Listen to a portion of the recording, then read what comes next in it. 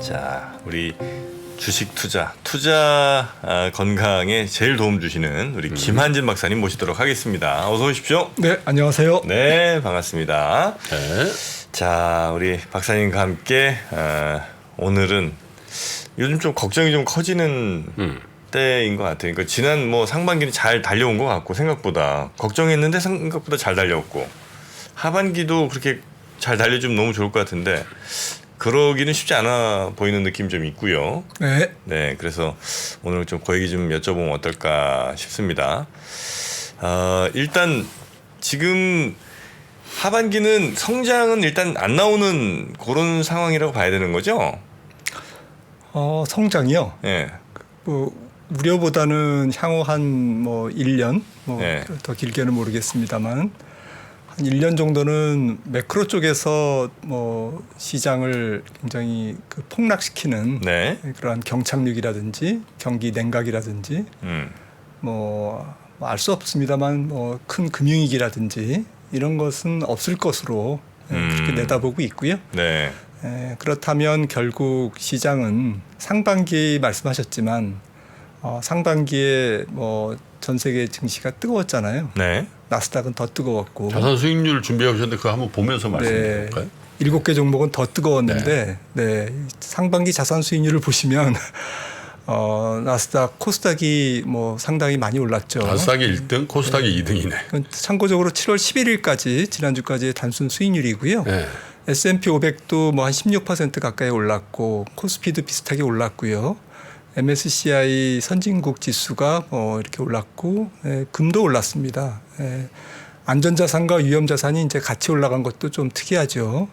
신흥국 증시가 예상보다는 저조했고요. 이렇게 쭉쭉 해서 유가는 좀 빠지고 달러는 좀 약세. 그래서 이런 상반기 자산 수익률이 이제 하반기 어떤 걸 시사할까? 하반기에 경기 침체가 없는 말씀드렸듯이 큰 위기는 없는 다만 상당히 낮은 성장. 이거는 존 윌리엄스 뉴욕연은 총재가 했던 말입니다. 향후에 침체가 없지만 상당히 낮은 성장률이 좀 지속될 거다라고 말씀하셨는데 저도 같은 의견이고요. 그래서 이런 정도의 매크로 환경이라면 어떤 자산이 유리할까라고 이제 생각을 해볼 때 침체 및 위기는 없다. 네, 그러나 저성장이 상당히 지속됐은 국면이 정말 많다면 우리는 어떤 자산을 봐야 되냐. 네, 그러니까요. 좀 침체 없는 상당히 낮은 성장이라면 거시경제의 역할은 좀 제한될 것 같고요. 그러니까 경제 앞서도 박병창 부장님 말씀하셨듯이 경제의 기능은 조금 시장에서는 역할이 그렇게 크지는 않을 것 같습니다. 그러니까 매크로에 따라서 큰 방향성이 좌우된다든지 틀어진다든지 이런 현상보다는 마이크로하게 움직일 가능성이 높아 보이고요. 장기채가 유망할 것 같습니다. 장기채가 상반기에는 0.8% 거의 안 올랐잖아요. 오히려 금리가 지난 주까지만 해도 2년물이 5.1%, 10년물도 4%가 넘었었는데 다시 좀 내려왔더라고요. 네, 일주일 만에 몇십 bp가 지금 떨어지고 굉장히 변동성이 큰데 장기채가 어디까지 떨어질까? 미국 장기 추세 성장률이 1.8%잖아요. 한 그 정도로 보기 때문에 인플레이션이 제로로 가지는 않을 거기 때문에 저는 한 3.0%가 미국 국채 10년물의 공정 가격인 것 같습니다라고 말씀드리고 싶고요. 향후 1년 정도 특히 하반기에 네. 그러면 지금 3.7%니까 3.0%만 가도 채권 사야 될 때잖아요. 그렇죠. 네, 채권 적극적으로 사야 될 때다. ETF, TLT라든지 이런 거 유망할 것 같고요. 그리고 이제 금리가 그렇게 4.4% 언저리에서 3% 언저리까지 떨어진다면 어떤 주식이 유망할까? 일단은 성장주가 원래는 올라야죠. 근데 상반기에 보셨듯이 너무 뜨거웠기 때문에 특히 매그니피선트, 거대한 7종목, 세븐 이 종목들이 메가캡 7종목들이 많이 올랐기 때문에 모르겠어요. 조금 그 열기를 식히는 조정은 과정은 좀 필요할 것 같습니다. 근데 말씀드렸듯이 그 열기를 식히는 과정이 새로운 약세장의 시작이라기보다는 조금 시장의 자연스러운 기술적 조정 정도로 지금 봐야 될 것 같고요. 금리가 이렇게 안정되면 성장주가 유리하지만 말씀드렸듯이 상반기에 너무 달렸기 때문에 장기적으로는 이 메가캡 7종목들이 S&P 500을 수익률을 상회할 것 같습니다. 저도 펀더멘탈이 되어 있는 주식들이기 때문에 사실 2000년 닷컴버블 때하고는 다르잖아요. 그런 측면에서 롱텀리 이러한 메가캡 7종목 혹은 10종목들이 시장을 아웃퍼폼하는 것은 동의하나 하반기에는 조금 기술적인 조정은 불가피하지 않을까. 근데 그 조정이 완전히 좀 추세적으로 하락한다라기보다는 더 큰 상승을 위한 기술적 조정으로 봐야 맞지 않을까 이렇게 생각을 하고 있고요. 네. 그다음에 금리 안정으로 또 경기 침체가 없는 상당히 낮은 성장이라면 중소형주가 괜찮을 것 같아요. 그래서 지수가 쫙 랠리를 할 수 있는 상황은 아니니까 저성장을 반영해서 PR이 낮고 소외된 성장주, 뭐 약간 뭐 개별 성장주, 개별 성장주 우리나라도 뭐 많잖아요. 수주가 는다든지 혹은 미래의 성장성이 높게 기대가 되는 그러한 개별 성장주들이 유리할 것 같고 또 경기가 아주 침체 국면은 아니기 때문에 저성장일 뿐 중소형주가 조금 약진하지 않을까. 중소형주가 상대적으로는 조금 상반기에 좀 저조했잖아요. 네. 막판에 조금 달렸지만 그래서 달러는 지금 모르겠습니다. 지금 달러는 상반기에는 거의 약보합이었는데 하반기 이제 들어서자마자 앨런이 중국 가면서 104였던 달러가 갑자기 이제 99까지 떨어졌어요. 그래서 그게 우연일까 아니면 뭔가 미중 간에 무슨 대화가 있었을까. 일단 짐작할 수 있는 것은 뭐 채권을 좀 많이 사달라고 했을 거고 미국 국채를. 네. 그리고 뭔가 다른 페이버를 또 반대급부를 줬겠죠. 아무튼 미국도 개념적으로는 조금 인플레이션 시대가 좀 저물고 있기 때문에 앞으로 인플레이션이 계속되지만 하이퍼 인플레는 이제 벗어났잖아요. 그렇기 때문에 달러 강세가 국익에 유리하지 않고 오히려 미국의 뭐 빅테크 기업들이 좀 해외 매출 비중 특히 수익성은 한 60%가 해외에 의존하고 있잖아요. 네. 그런 측면에서 달러가 국익에 유리하겠죠 앞으로. 그런 측면에서 달러 약세를 조금 의도할 것 같습니다. 그런 측면에서 하반기에는 달러가 조금 더 약세로 이제 그려지지만 아무래도 펀더멘탈상 그렇게 큰 약세가 되기는 어려울 거다라고 생각을 합니다. 네. 자, 그러면 뭐 그런 자산들에 조금 더 우리가 무게를 두거나 관심을 좀 가져야 될 필요성이 있는 시점인 것 같고요. 뭐 중요한 건 그래도 연준이 언제쯤 이제 인상 기조를 끝내고 밑으로 좀 내려보낼까 금리를 그 관심 아니겠습니까?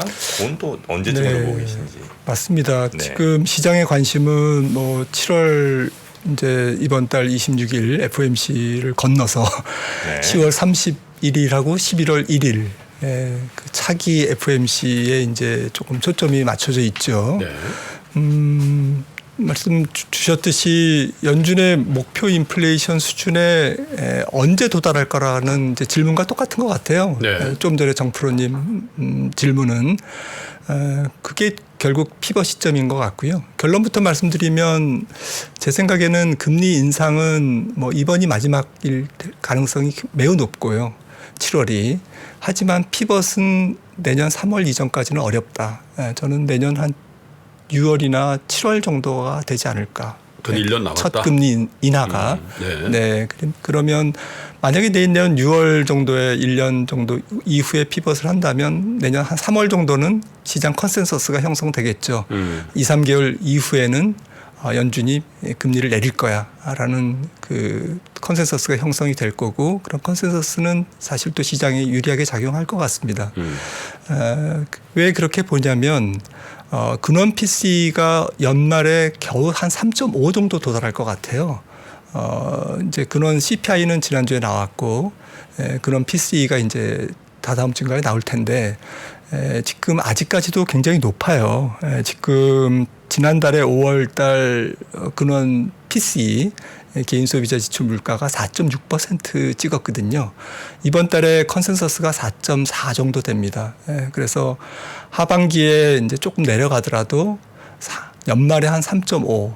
그래서 3.0 정도에 도달하는 시점은 내년 중반 정도 될 것 같아요. 빨라요. 연준이 제일 많이 본다고 하니까. 네, 3.0 정도는 돼야 연준이 좀 자신감을 가질 것 같습니다. 근데 그 CPI에 비해서 그런 PC는 항상 높은가요, 박사님?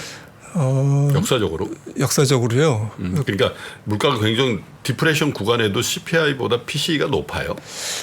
높은 건 아니고 변동성이 좀 적습니다. 아무래도 주거비가 근원 PC는 뭐 20%밖에 안 들어가 있고 또 의료비라든지 조금 시골의 전체적인 미국 전역의 물가 지수를 조사하고 있기 때문에 대도시의 높은 물가를 중심으로 한 CPI는 변동성이 클 거고요. PC는 조금 안정적인데. 근데 지금 CPI보다도 1%포인트 이상 높잖아요. 네, 그렇습니다. 그건 왜 그런가요? 근데 사실 저거는 이제 지금 CPI가 많이 떨어지고 특히 근원 CPI가 많이 떨어지고 있는 것은 주거비가 40% 차지하고 있기 때문에 소비자 물가에서. 네, 근원 CPI에서 그 40% 차지하는 주거비가 지금 떨어지고 있죠. 급격하게 떨어지고는 있지만 아무래도 이제 꺾였거든요. 네. 그게 이제 가장 큰 영향을 준 것 같습니다. 지금 차트를 보시면 지금 이제까지 나온 미국 소비자 물가의 이제 상황이고요. 노란색 선이 미국 사람들이 가장 생활하는데 가장 중심이 되는 물가죠. 자동차와 주거비. 거의 필수품이잖아요. 내구재이면서 필수품인데 이게 아직까지도 많이 차지하고 있습니다. 근데 이제 자동차는 재고라든지 또 중고차 맨하임 가격 지수, 도매 입찰 가격이죠. 이게 떨어지고 있기 때문에 사람들이 하반기에 자동차는 이제 떨어질 것 같다라고 보고 있는데 주거비도 말씀드렸듯이 떨어지고는 있지만 지금 너무 서서히 떨어지고 있고 지금 이 차트를 보시면 좀 실감 나실 게 근원 상품은 이렇게 떨어져 있어요. 상품 가격 중에서 에너지와 곡물을 뺀 상품은 근원 상품이 이렇게 떨어져 있는데 근원 서비스는 꺾이긴 했습니다. 지난달에 꺾인 게 사람들이 이제 굉장히 환호한 요인이었고요. 네. 야, 이게 진짜 이제 꺾이기 시작하고 있구나. 이 시그널을 봤기 때문에 시장이 더 환호했던 거고요. 조금마저 꺾이면 이제 뭐 물가 걱정은 안 해도 네, 된다. 네. 이게 마지막 퍼즐인데 이게 방향성을 틀었다는 거죠, 아래쪽으로. 이제 그런 거고. 하지만 변수가 남아 있습니다. 그러니까 물가가 좀 천천히 떨어질 것이라고 애널리스트들이 보는 이유가 이건 뱅크 오브 아메리카 자료인데 사실 작년 상반기와 하반기는 물가 레벨이 조금 다르잖아요. 그렇죠. 온도가 좀 달랐는데 특히 이제 하반기에는 전년 동월비가 이제 조금 잘 안 떨어지게 돼 있어요.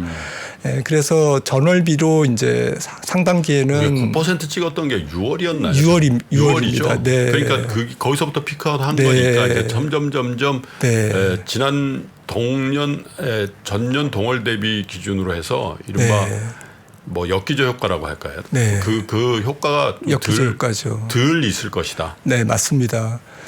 그러니까 지난달에도 전월비로는 0.2% 오르면서 물가가 떨어졌잖아요. 근데 만약에 하반기에 0.2% 전월비 계속 0.2 이렇게 간다면 12월 물가는 12월 말에는 3.9로 다시 올라간다는 거예요. 그러니까 거의 제로까지 가야 전월비 제로는 가야 된다. 전월비 제로로 가야 2.5 정도 떨어집니다. 가거나 마이너스 나야 네, 이 차트가 이제 그런 거고요. 그러니까 좀 이제 맞바람이 부는 거죠. 맞바람이 불어서 이거 뚫고 나가려면 더 많이 떨어져요. 전월비로 팍팍 떨어져요. 그러네. 최소한 플랫은 돼야 물가가 목표한 대로 이제 떨어질 거고 만약에 상반기처럼 0.2 정도로 올라간다? 네. 그러면 3.9로 다시 올라간다는 거죠. YOY는. 그러면 그러면 목표치의 2배네요. 그래도. 네, 그럼 근원도 마찬가지거든요. 근원도 똑같기 때문에 이게 하반기에는 상반기에 떨어지는 그 속도보다는 조금 완만하게 떨어질 가능성이 높다고 봐야 됩니다. 경기도 버티고 있고요, 지금. 네. 네. 그런 측면에서 뭐 하반기에 물가 자체는 마켓에 그렇게 큰 위협은 주지 않을 것 같아요. 하지만 상반기에 말씀드렸듯이 주식시장하고 연결해서 네. 말씀드리면 지금 뭐 기술주 이런 것들 PER이 뭐 28배 S&P 500 기준으로 또 임의소비재 뭐 28배 잘 나갔던 애들 그래서 5년 평균 지난 10년 평균보다는 굉장히 높은 밸류에이션이고 S&P 500 PER 자체가 20배라는 것은 경기 확장을 전제로 한 PER이잖아요. 경기가 약간 플랫하고 실망스러우면 뭐 한 17배 그리고 만약에 경기가 침체되면 한 15배 이하로 그렇군요. 가야 되거든요. 네. 그런 측면에서 지금은 하반기에 경기가 조금 좋을 거라는 그런 기대감, 그다음에 연준의 피벗도 말씀드렸듯이 조금 연말에는 이루어질 수 있다라는 기대감, 이런 낙관적인 기대가 어우러져서 네. 상반기 랠리를 만들었기 때문에 네. 하반기는 그런 기대는 조금 못 미치는 그러한 분위기에서 시장이 상반기에 과열된 종목들을 저는 뭐 조금, 사실 CPI니 PC니 이런 것들이 사실은 중요하긴 한데 한 가지 경제 지표 지수를 통과시켜서 증시에 영향을 주잖아요. 그게 사실 금리인데. 근데 금리에 대한 전망이 저는 굉장히 헷갈리더라고요. 경기 전망만 뭐입니까? 응?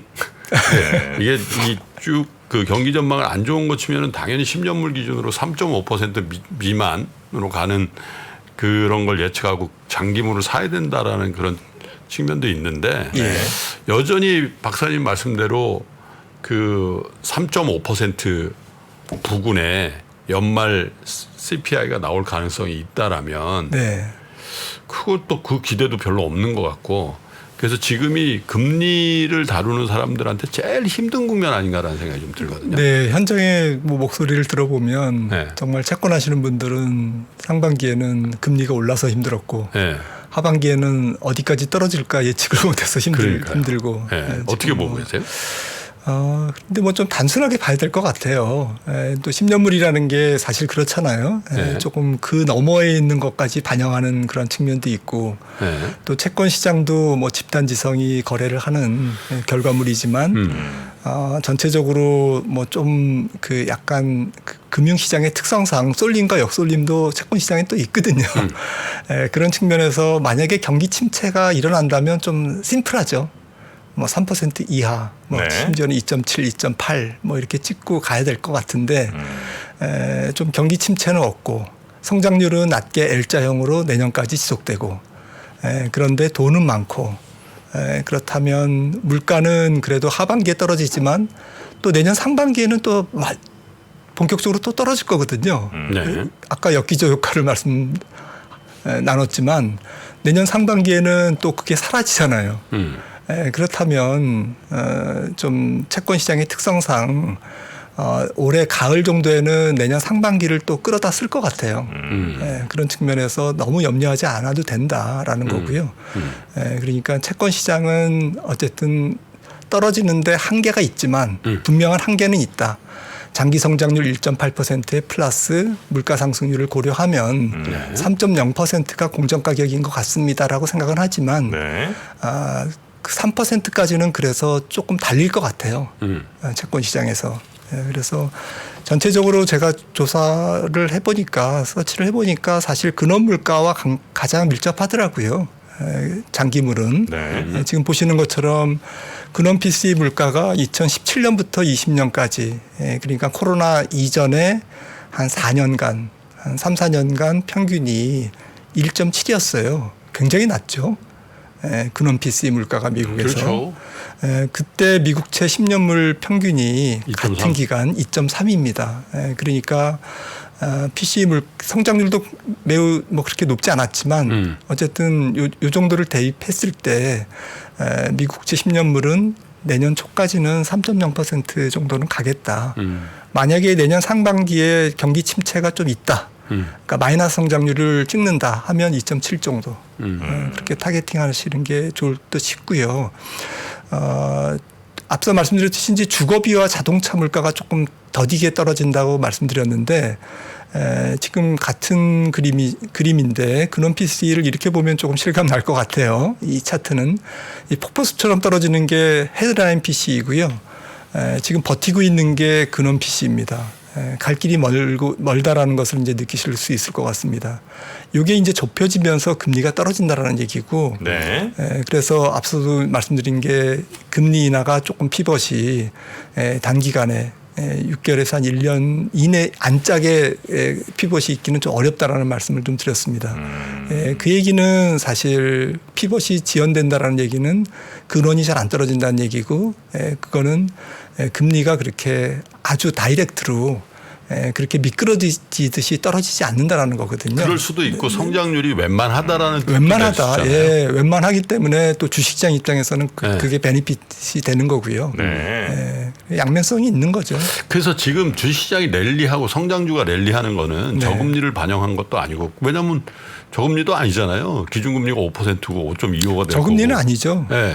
그래서 금리가 더 이상 내리지 않는다는 것만으로 설득이 안 되는 것 같아서 그래서 생각해 본 거는 지난주에도 그런 대화를 좀 했습니다마는 기준금리가 5% 이상으로 갈 게 뻔하잖아요. 지금 네. 미국 기준으로. 근데 CPI가 3%라는 거죠. 네. 그죠? 이게 뭐 3.2도 될 수도 있고 2.8도 될 수도 있는 그런 정도 레벨인데 네. 그러면 연준에선 충분히 향후에 내가 그 자유자재까지는 아니지만 뭔가 조절할 수 있는 힘을 길러놓은 거라고 보는 거죠. 금리를 충분히 올려놓은 상황이니까. 그렇죠. 네. 그죠? 버퍼가 있는 거죠. 그러니까 그러면 저게 만약에 피봇으로 방향을 틀면 이 피봇의 이 정책적 여유가 상당히 있겠네. 그렇죠. 만약에 네. 경기 침체가 온다면 뭐 200bp도 인하할 수 있는 그러니까요. 거죠. 네. 그래서 우리가 금리 인상할 때도 0.25씩 올리는 게 관행이고 금리 인하도 0.25씩인데 그건 뭐라 그래요? 밑으로 내리는 것도 빅스텝이라고 하잖아요. 뭐 그런 것도 할 수도 있는 거니까 자이언트. 그런 것들 미리 땡겨서 오케이. 한 번 정도 더 올리는 건 오케이인데 그다음에 한번 경기를 부양코자 정책적으로 뭔가 할 때는 아주 시원하게 한번 할 수 있을 것 같은데 네. 그런 걸 미리 반영하는 거 아닌가 하는 생각이 좀. 그런 것 같아요. 상반기에 매크로족에서 어쨌든 주식시장에 지원한 원군은 지원군이라고 한다면 경기 침체를 사람들이 많이 봤는데 그게 이제 조금 저성장일 뿐 침체까지는 아니다라는 쪽으로 돌아가면서 말씀 주셨듯이 물가는 이때 피크아웃하고 내려가고 네. 방향성이 아직도 높지만 절대 레벨은 높지만 그리고 언젠가 연준은 피벗을 할 수 있고 또 필요하다면 더 많이 할 수 있고 이런 것이 이제 시장에 알게 모르게 지원이 된 거죠. 그러면서 아직은 경기가 낮으니까 S&P 500 상반기에 상승률의 75%를 7종목이 끌고 간 거죠. 그렇죠. 그러나 전혀 불안한 게 없는 건 아닌 것 같다. 네. 뭐 예를 들면 서비스 쪽에서 어떻게 될지는 모르고 국제 유가가 또 그죠. 오늘도 곡물가 이슈도 또 생겼는데 곡물가 이슈도 있고 떨어지던 곡물가가 이제 조금 주춤할 가능성이 있죠. 하반기에는. 만약에 국제 유가가 85불 이상, 그 지금 박스권이라고 하는 게 뭐 70불에서 85, 그 정도 85불 이상 가서 저스트 인 케이스 혹시라도 9를 단다든지 뭐 그러면 지금 얘기하고 있는 이런 전제는 다 없어질 거예요. 네, 아까 말씀드렸던 이제 상품 근원 상품 이게 지금 다시 올라갈 수 있는 거죠. 근원 상품은 올라가지 않더라도 상품 물가가 올라갈 수 있는 거죠. 근데 중국 경제 성장률이 지금 올해 5.2, 월드뱅크는 5.6 이렇게 봤던 것 같아요. 그런데 이게 다 5% 정도로 조금 하향 수정하고 있잖아요. 어제 중국 GDP 나오면서 그런 측면에서 국제유가의 상방은 조금 닫혀 있는 것 같습니다. 네. 그래요. 이 정도까지 해야 되겠네요. 네. 클로징 멘트 좀 하시죠. 클로징 멘트? 박사님 보내드리는. 아유, 우리 박사님 오늘도 너무나 감사하고요. 네. 저희가 또 개장상 개장 시간이 다 돼갖고 오늘은 여기서 말씀 듣고 다음 시간에 또 뵙도록 하겠습니다. 대단히 고맙습니다. 네, 감사합니다. 네, 안녕히 가십시오. 고맙습니다. 운조 커피 한 잔과 함께 아침을 시작하는 그 행복 우리가 또 포기할 수가 없는 거죠. 운조커피 로스팅 팩토리를 운영하고 있는 김운조라고 합니다. 어떻게 홍보를 할까 라디오나 공영 매체를 통해서 하는 수밖에 없는데 그러기에는 비용적인 부담이 굉장히 크기 때문에 자영업자분들이 다 아마 마찬가지실 거예요. 3프로를 통해서 저를 전혀 모르시는 분들이 주문을 하셨고 그분들의 솔직한 말씀이 없으셨다 그러면 제가 지금까지 성장을 못했었을 것 같아요. 3프로와 함께한 시간 없이 운조커피의 성장도 없었다고 생각합니다. 초심을 잃지 않고 항상 맛있는 그리고 기분 좋은 커피를 만들 수 있도록 노력하겠습니다. 아, 진짜. 3년을 먹어도 이렇게 매일 새로운 맛이야. 네.